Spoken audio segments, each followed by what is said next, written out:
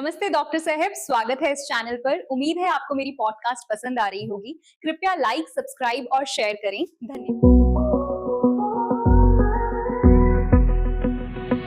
Hello और आपका स्वागत है। आज हम नेचर के एक फाउंडेशनल कॉन्सेप्ट को एक्सप्लोर करेंगे, इकोसिस्टम। नीट एस्पिरेंट्स के लिए ये टॉपिक बेहद इंपॉर्टेंट है, तो इसके फंडामेंटल्स क्लियर होने ज़रूरी हैं। बिल्कुल। हमारे पास जो सोर्स मटेरियल है वो एनसीईआरटी बायोलॉजी का चैप्टर है इकोसिस्टम पर। इसमें इकोसिस्टम के बेसिक्स, उसका structure, function, energy flow, decomposition और इंटरेस्टिंग कॉन्सेप्ट्स जैसे इकोलॉजिकल पिरामिड्स के बारे में भी डिटेल्स हैं। काफी कॉम्प्रिहेंसिव है। तो आज का मिशन है इस चैप्टर के कोर आइडियाज को सिंपली और क्लियरली समझना। लेट्स डाइव इन और इस पर एक अच्छी चर्चा करते हैं। जरूर। इकोसिस्टम बेसिकली नेचर की फंक्शनल यूनिट है। आसान शब्दों में कहें तो ये एक सिस्टम है जहां लिविंग ऑर्गेनिजम्स यानी प्लांट्स, एनिमल्स, माइक्रोब्स आपस में और अपने आसपास के फिजिकल एनवायरनमेंट के साथ इंटरैक्ट करते हैं। एनवायरनमेंट मतलब हवा, पानी, मिट्टी, सनलाइट, ये सब।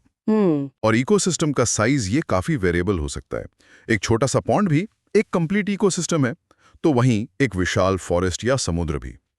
कुछ इकोलॉजिस्ट तो पूरे बायोस्फीयर को ही एक सिंगल ग्लोबल इकोसिस्टम मानते हैं। अच्छा, पूरा बायोस्फीयर? हाँ, स्टडी को मैनेज करने के लिए इन्हें ब्रॉडली दो कैटेगरीज में क्लासिफाई किया जाता है। टेरेस्ट्रियल, जो लैंड पर होते हैं, जैसे फॉरेस्ट, ग्रासलैंड, डेजर्ट। और दूसरा एक्वाटिक, पानी वाले, जैसे पॉन्ड, लेक, रिवर, ओशन। हाँ, कुछ मैनमेड इकोसिस्टम्स भी होते हैं, जैसे हमारे क्रॉप फील्ड्स या घर का एक्वेरियम। ओके, तो स्ट्रक्चर और फंक्शन की बात करते हैं। बेसिकली इकोसिस्टम में इनपुट क्या है, जैसे प्रोडक्टिविटी, एनर्जी का ट्रांसफर कैसे होता है, food chain, food web, nutrient cycling, और आउटपुट क्या है, जैसे डिग्रेडेशन और एनर्जी लॉस। यही डायनामिक समझने हैं ना? बिल्कुल सही। और इस स्ट्रक्चर में पहले आते हैं कंपोनेंट्स। हाँ, हमने पहले एनवायरनमेंट के कंपोनेंट्स पढ़े हैं। एबायोटिक यानी नॉन लिविंग फैक्टर्स, जैसे टेम्परेचर, वाटर, लाइट, सॉइल। और बायोटिक यानी लिविंग ऑर्गेनिजम्स। इकोसिस्टम में इनका इंटरैक्शन ही एक स्पेसिफिक फिजिकल स्ट्रक्चर क्रिएट करता है। करेक्ट। किसी इकोसिस्टम में कौन-कौन से प्लांट और एनिमल स्पीशीज हैं, उनकी आइडेंटिफिकेशन और एन्यूमरेशन मतलब गिनती से हमें उस इकोसिस्टम का स्पीशीज कॉम्पोजिशन पता चलता है। और एक बड़ा इंटरेस्टिंग फीचर है स्ट्रैटिफिकेशन। ये एसेंशियली डिफरेंट स्पीशीज का वर्टिकल डिस्ट्रीब्यूशन है अलग-अलग लेवल्स पर। Vertical distribution? जैसे एक फॉरेस्ट का एग्जांपल ले तो सबसे ऊपर टॉप लेयर में ट्रीज होते हैं, उनके नीचे श्रब्स और फिर बेस लेयर में हर्ब्स और ग्रासेस।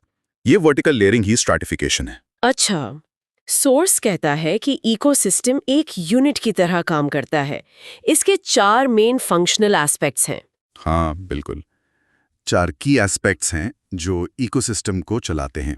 प्रोडक्टिविटी, कितना बायोमास प्रोड्यूस हो रहा है। डिकम्पोजिशन, डेड ऑर्गेनिक मैटर का ब्रेकडाउन कैसे हो रहा है। एनर्जी फ्लो, एनर्जी एक लेवल से दूसरे लेवल तक कैसे मूव कर रही है। और nutrient cycling, essential nutrients system में कैसे सर्कुलेट हो रहे हैं। ओके। एक सिंपल पॉन्ड इकोसिस्टम के एग्जाम्पल से ये सब समझना आसान हो जाता है। एक पॉन्ड आप देखें तो काफी हद तक सेल्फ सफिशिएंट यूनिट होता है। इसके एबायोटिक कंपोनेंट्स क्या होंगे? पानी, उसमें डिसॉल्व्ड इनऑर्गेनिक और ऑर्गेनिक सब्सटेंसेस, और पॉन्ड के बॉटम में जो सॉइल डिपॉजिट है। फैक्टर्स जैसे solar input, temperature cycle, day length, ये सब पॉन्ड के फंक्शन को रेगुलेट करते हैं। और इसके बायोटिक कंपोनेंट्स, उनका रोल क्या है? हाँ, बायोटिक में ऑटोट्रॉफिक कंपोनेंट्स यानी जो अपना फूड खुद बनाते हैं, उनमें आते हैं फाइटोप्लैंक्टन, माइक्रोस्कोपिक एल्गे, कुछ लार्जर एल्गे और किनारे पर उगने वाले फ्लोटिंग या सबमर्ज्ड प्लांट्स। फाइटोप्लैंक्टन। फिर आते हैं कंज्यूमर्स यानी हेट्रोट्रोफ्स, जो दूसरों पर डिपेंड करते हैं। इनमें होते हैं zooplankton, microscopic animals, free swimming animals जैसे फिश और बॉटम ड्वेलिंग फॉर्म्स। और तीसरे इंपॉर्टेंट प्लेयर हैं डीकम्पोजर्स, फंगी, बैक्टीरिया, फ्लैजेलेट्स। ये पॉन्ड के बॉटम में काफी मिलते हैं, डेड मैटर को ब्रेक डाउन करते हैं। तो ये पूरा सिस्टम मिलके काम करता है। एकदम। और ये पूरा सिस्टम इकोसिस्टम के सारे एसेंशियल फंक्शंस परफॉर्म करता है।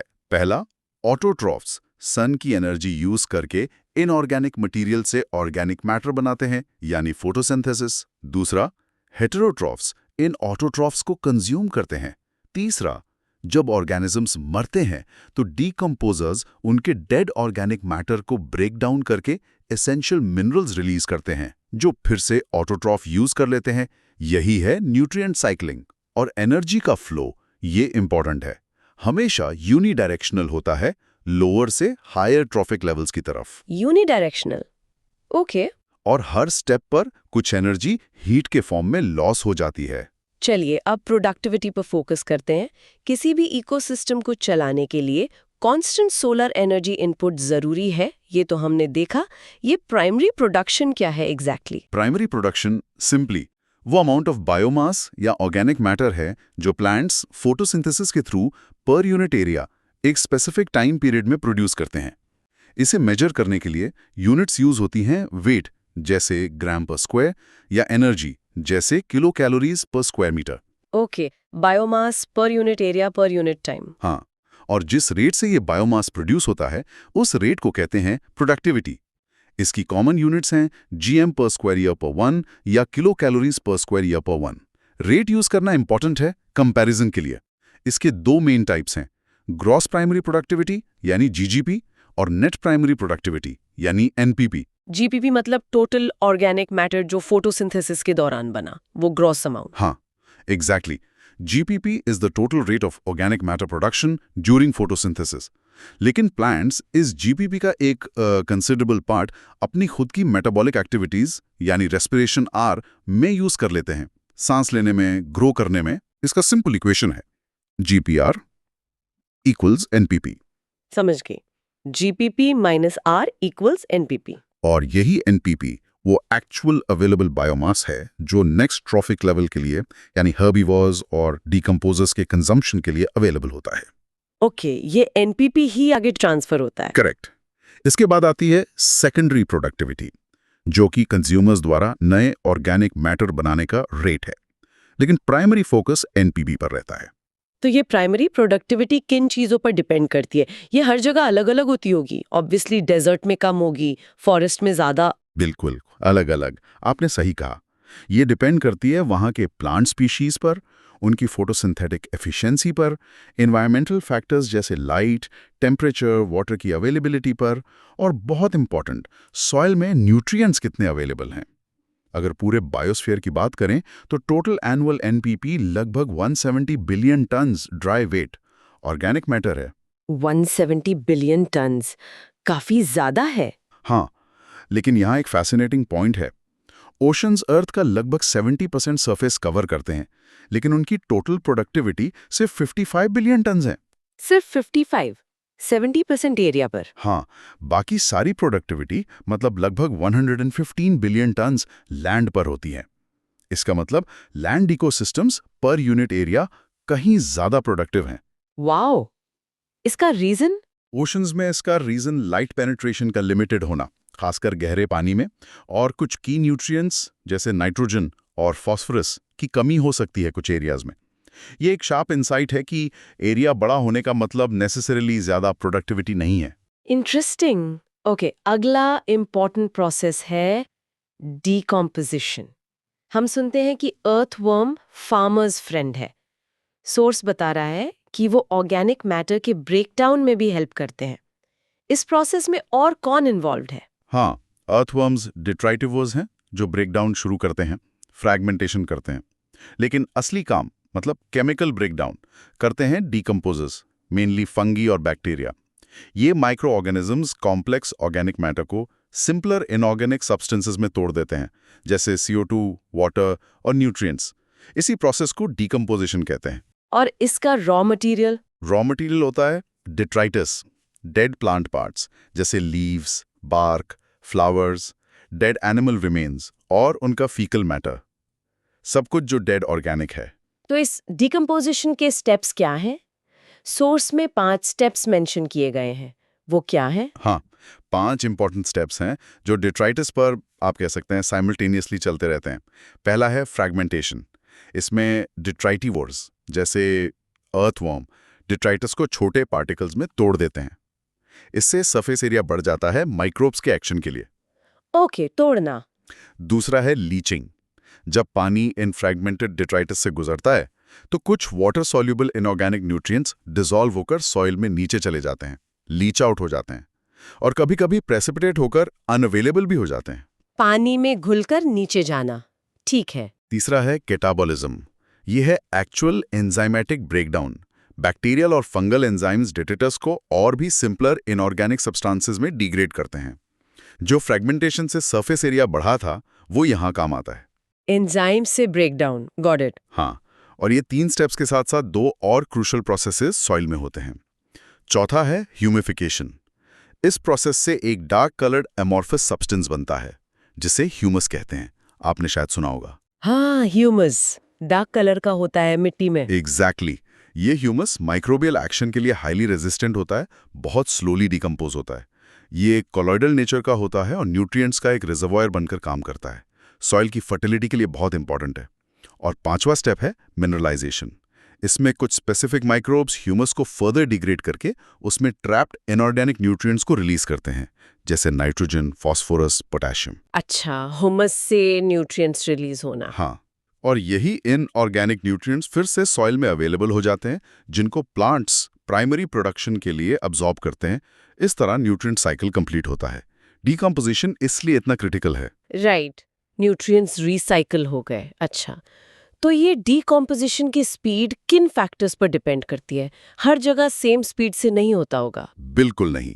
डीकंपोजिशन लार्जली एक ऑक्सीजन रिक्वायरिंग प्रोसेस है। इसकी स्पीड 2 मेन चीजों पर डिपेंड करती है। एक तो डिट्रेटस का केमिकल कंपोजिशन और दूसरा क्लाइमेटिक फैक्टर्स। अगर डीकंपोजिशन में लिग्निन और साइटिन जैसे कॉम्प्लेक्स स्लोली डिग्रेडिंग सब्सटेंसेस ज्यादा हैं, तो डीकंपोजिशन स्लो होगा, जैसे लकड़ी। अगर उसमें नाइट्रोजन और वाटर सोल्यूबल सब्सटेंसेस जैसे शुगर्स ज्यादा हैं, तो डीकंपोजिशन काफी फास्टर होगा, जैसे नरम पत्तियां। क्लाइमेटिक फैक्टर्स में टेम्परेचर और सोइल मॉइस्चर सबसे इंपॉर्टेंट है। वार्म और मॉइस्ट एनवायरनमेंट डीकंपोजिशन को बहुत फेवर करता है। बैक्टीरिया, फंगी एक्टिव हो जाते हैं। गर्मी और नमी। हाँ, इसके ऑपोजिट लो टेम्परेचर और अनेरोबियोसिस यानी ऑक्सीजन की कमी डीकंपोजिशन को इनहिबिट करते हैं, रोक देते हैं। यही रीजन है कि ठंडे वाटरलॉग्ड एरियाज में, जैसे पीट बॉग्स में, ऑर्गेनिक मटेरियल्स का बिल्डअप हो जाता है, डीकंपोज नहीं हो पाता ठीक से। ओके। ऑक्सीजन, टेम्परेचर, मॉइस्चर और डिट्राइटिस का टाइप क्लियर है। अब एनर्जी फ्लो की तरफ चलते हैं। ये तो क्लियर है कि ज्यादातर इकोसिस्टम्स के लिए अल्टीमेट एनर्जी सोर्स तो सन ही है। हाँ, बिल्कुल।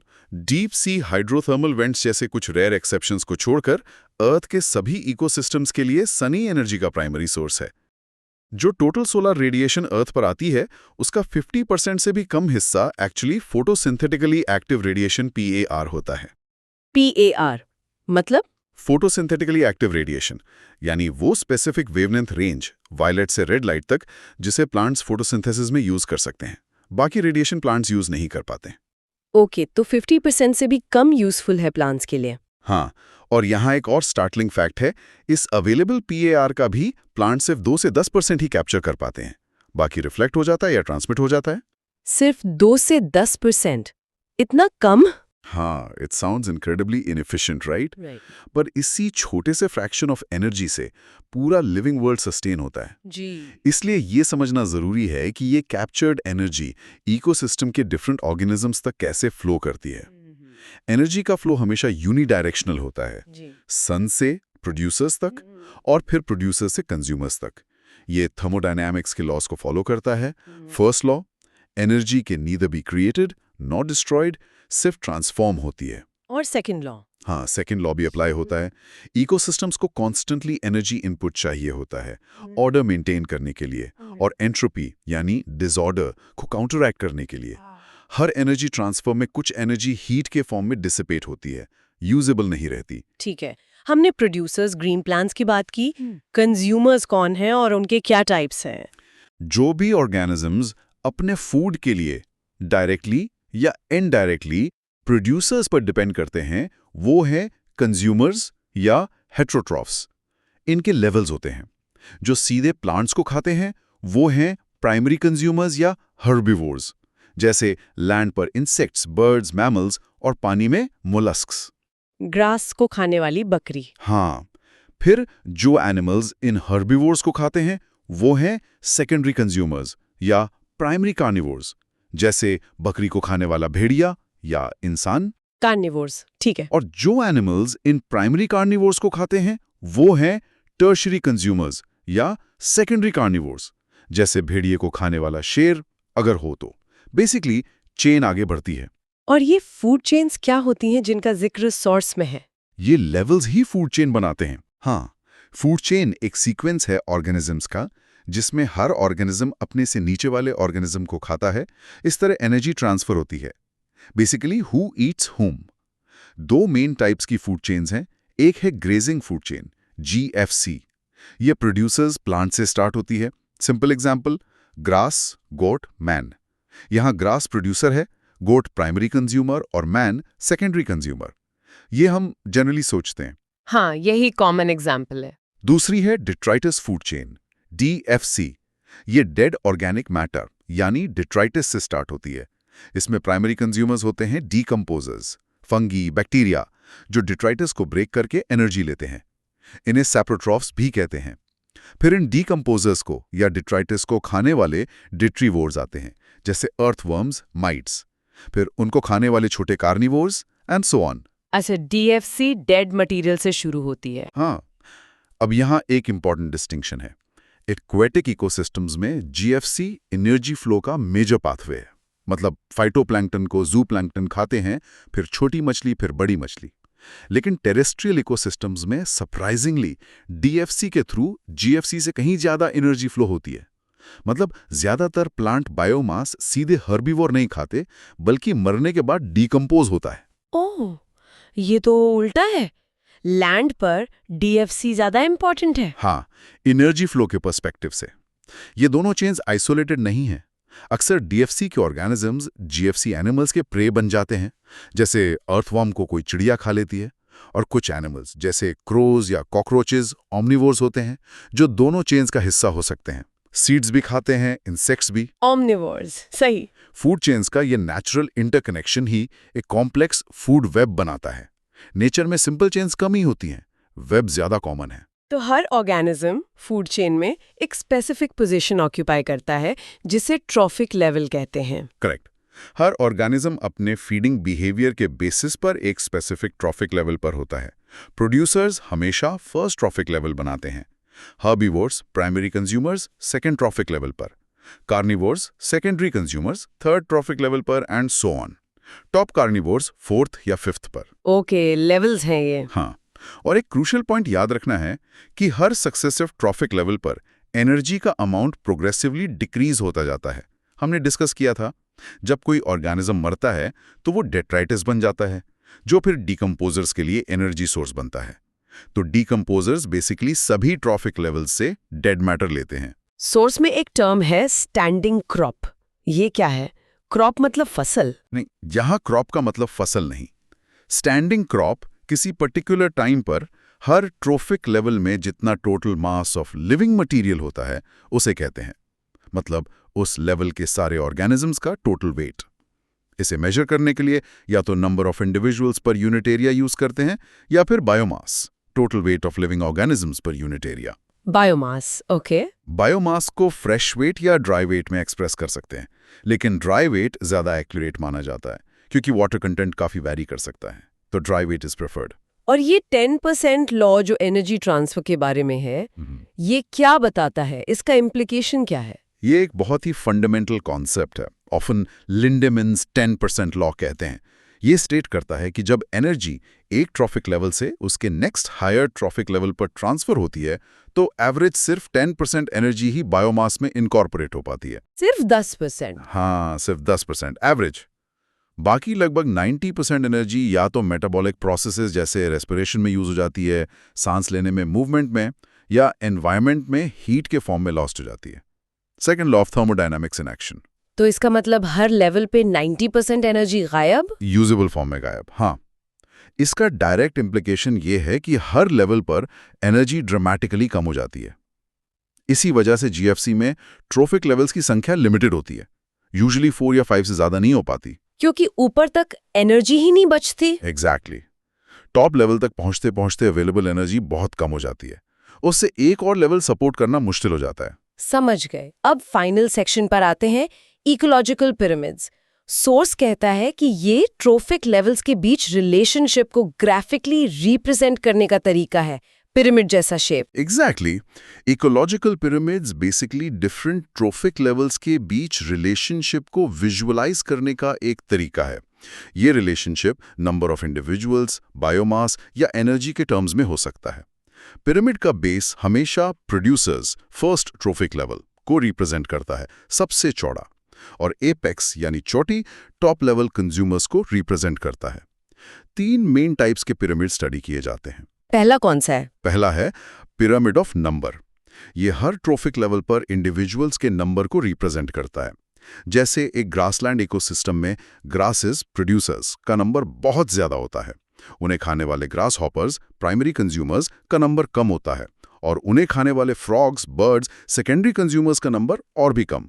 तो ये पिरामिड सीधा या अपराइट होता है, बेस चौड़ा, ऊपर पतला। सीधा पिरामिड, कॉमन सेंस लगता है। हाँ, लेकिन इसका एक्सेप्शन भी है।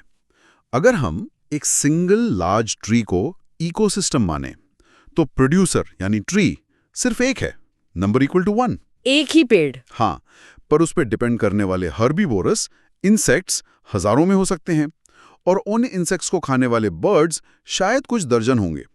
तो यहाँ पिरामिड ऑफ नंबर कैसा होगा? बेस 1 ट्री, सबसे छोटा, बीच में बड़ा इंसेक्ट्स, ऊपर फिर छोटा बर्ड्स। ये इन्वर्टेड या स्पिंडल शेप्ड हो सकता है। ओ, उल्टा हो गया नंबर के केस में। इंटरेस्टिंग। दूसरा टाइप? दूसरा है बी, पिरामिड ऑफ बायोमास। ये हर ट्रोफिक लेवल पर ऑर्गेनिजम्स के टोटल ड्राई वेट यानी स्टैंडिंग क्रॉप को रिप्रेजेंट करता है। ज्यादातर टेरेस्ट्रियल इकोसिस्टम्स में ये भी अपराइट होता है। प्रोड्यूसर्स का टोटल बायोमास हर्बीवोर से ज्यादा और हर्बीवोर्स का कार्निवोर से ज्यादा, पेड़ पौधों का वेट उन्हें खाने वालों से ज्यादा। ये भी सीधा ठीक है। लेकिन यहां भी एक क्लासिक एक्सेप्शन है, एक्वाटिक इकोसिस्टम्स लाइक सीज और ओशंस में। वहां ये पिरामिड अक्सर इन्वर्टेड होता है, उल्टा। बायोमास का भी उल्टा कैसे? हाँ, क्योंकि वहां प्रोड्यूसर्स जो हैं फाइटोप्लैंक्टन, वो माइक्रोस्कोपिक होते हैं। उनका टोटल स्टैंडिंग बायोमास किसी भी गिवन टाइम पर उन पर फीड करने वाले जू प्लैंक्टन प्राइमरी कंज्यूमर से कम हो सकता है। लेकिन वही तो बेस है फूड चेन का। हाँ, बेस है। ये काउंटर इंट्यूटिव लगता है ना, पर इसका रीजन फाइटोप्लैंक्टन का शॉर्ट लाइफ स्पैन और एक्सट्रीमली हाई टर्नओवर रेट है। वो रैपिडली रिप्रोड्यूस करते हैं और उतनी ही तेजी से कंज्यूम हो जाते हैं। इसलिए किसी भी पॉइंट इन टाइम पर उनका टोटल बायोमास कम रहता है, भले ही उनकी प्रोडक्टिविटी, रेट ऑफ प्रोडक्शन बहुत हाई हो। जू प्लैंक्टन उन्हें जमा करते रहते हैं और उनका लाइफ स्पैन लंबा होता है, इसलिए उनका बायोमास ज्यादा दिखता है at any given time. Okay, ये टर्नओवर रेट का कॉन्सेप्ट इंपॉर्टेंट है यहाँ, समझ गई। तीसरा टाइप? तीसरा है पिरामिड ऑफ एनर्जी। ये हर ट्रोफिक लेवल पर एनर्जी कंटेंट या एनर्जी फ्लो पर यूनिट टाइम को रिप्रेजेंट करता है, मतलब हर लेवल पर कितनी एनर्जी अवेलेबल है। ये पिरामिड हमेशा अपराइट होता है, ये कभी भी इन्वर्टेड नहीं हो सकता। हमेशा सीधा क्यों? क्योंकि जैसा हमने 10% लॉ में डिस्कस किया, एनर्जी ट्रांसफर में हर स्टेप पर सिग्निफिकेंट एनर्जी लॉस होता है एज हीट। एनर्जी क्रिएट नहीं हो सकती, सिर्फ ट्रांसफर होती है, और वो भी इनएफिशिएंसी के साथ। तो एनर्जी हर सक्सेसिव ट्रॉफिक लेवल पर इनएविटेबली डिक्रीज होती ही है। इसलिए बेस प्रोड्यूसर्स में सबसे ज्यादा एनर्जी होगी और हर ऊपर के लेवल में कम होती जाएगी। No exceptions. Clear. Pyramid of energy is always upright. तो ये पिरामिड्स एक यूजफुल टूल हैं, लेकिन क्या इनकी कुछ लिमिटेशंस भी हैं? क्या ये इकोसिस्टम की कंप्लीट पिक्चर दे पाते हैं? हाँ, बिल्कुल। कुछ इंपॉर्टेंट लिमिटेशंस हैं। पहला, ये उन स्पीशीज को अकोमोडेट नहीं करते जो एक से ज्यादा ट्रॉफिक लेवल पर बिलोंग करते हैं। ऑमनीवोर्स का क्या करें? हाँ, जैसे स्पैरो सीड्स भी खाती हैं और इंसेक्ट्स भी, उसको कहाँ प्लेस करें? एग्जैक्टली। दूसरा, ये एक simple linear food chain assume करते हैं, जबकि नेचर में कॉम्प्लेक्स फूड वेब्स एग्जिस्ट करते हैं। पिरामिड सिंप्लीफाई कर देता है। और शायद सबसे बड़ी लिमिटेशन ये है कि सैप्रोफाइट्स या डीकंपोजर्स, बैक्टीरिया, फंजाई को इन इकोलॉजिकल पिरामिड्स में कोई जगह नहीं दी गई है। हाँ, डीकंपोजर्स तो मिसिंग है। बिल्कुल, जबकि वो इकोसिस्टम की फंक्शनिंग, स्पेशली न्यूट्रिएंट साइक्लिंग में एक क्रिटिकली इंपॉर्टेंट रोल प्ले करते हैं। उनके बिना तो सिस्टम कोलैप्स कर जाएगा। तो पिरामिड्स हेल्पफुल हैं, बट इनकम्प्लीट पिक्चर देते हैं। ये तो थी एक काफी डिटेल्ड और फैसिनेटिंग जर्नी इकोसिस्टम के वर्ल्ड में। हमने देखा कैसे structure, function, productivity, decomposition, energy flow और इकोलॉजिकल पिरामिड्स सब मिलकर नेचर का एक कॉम्प्लेक्स और डेलिकेट बैलेंस बनाते हैं। बिल्कुल। अगर की टेकअवेज को क्विकली समराइज करें नीट एस्पिरेंट्स के लिए, एनर्जी का फ्लो हमेशा यूनिडायरेक्शनल है और हर लेवल पर सब्सटेंशियल लॉस होता है। वो 10% लॉ याद रखें। ग्रेजिंग फूड चेन जीएफसी और डेट्राइटिस फूड चेन दोनों इंपॉर्टेंट हैं, लेकिन डीएफसी टेरेस्ट्रियल इकोसिस्टम्स में एनर्जी फ्लो का मेजर रूट है, ये याद रखना। एक्वाटिक में जीएफसी मेजर है। Ecological pyramids number, biomass, energy, trophic structure को विजुअलाइज करने में मदद करते हैं। पिरामिड ऑफ नंबर और बायोमास अपराइट भी हो सकते हैं और इन्वर्टेड भी। एक्सेप्शंस याद रखें। Tree ecosystem for number, aquatic for biomass. और पिरामिड ऑफ एनर्जी हमेशा अपराइट।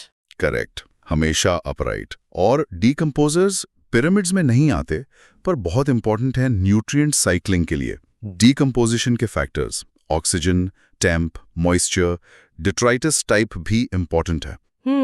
एक सवाल जो इस डिस्कशन से उभरता है और जिस पर सोर्स मटेरियल डायरेक्टली फोकस नहीं करता, ये कॉम्प्लेक्स इकोसिस्टम्स, ये बदलते हुए क्लाइमेट और लगातार बढ़ती ह्यूमन एक्टिविटीज के प्रेशर को कैसे झेल रहे हैं।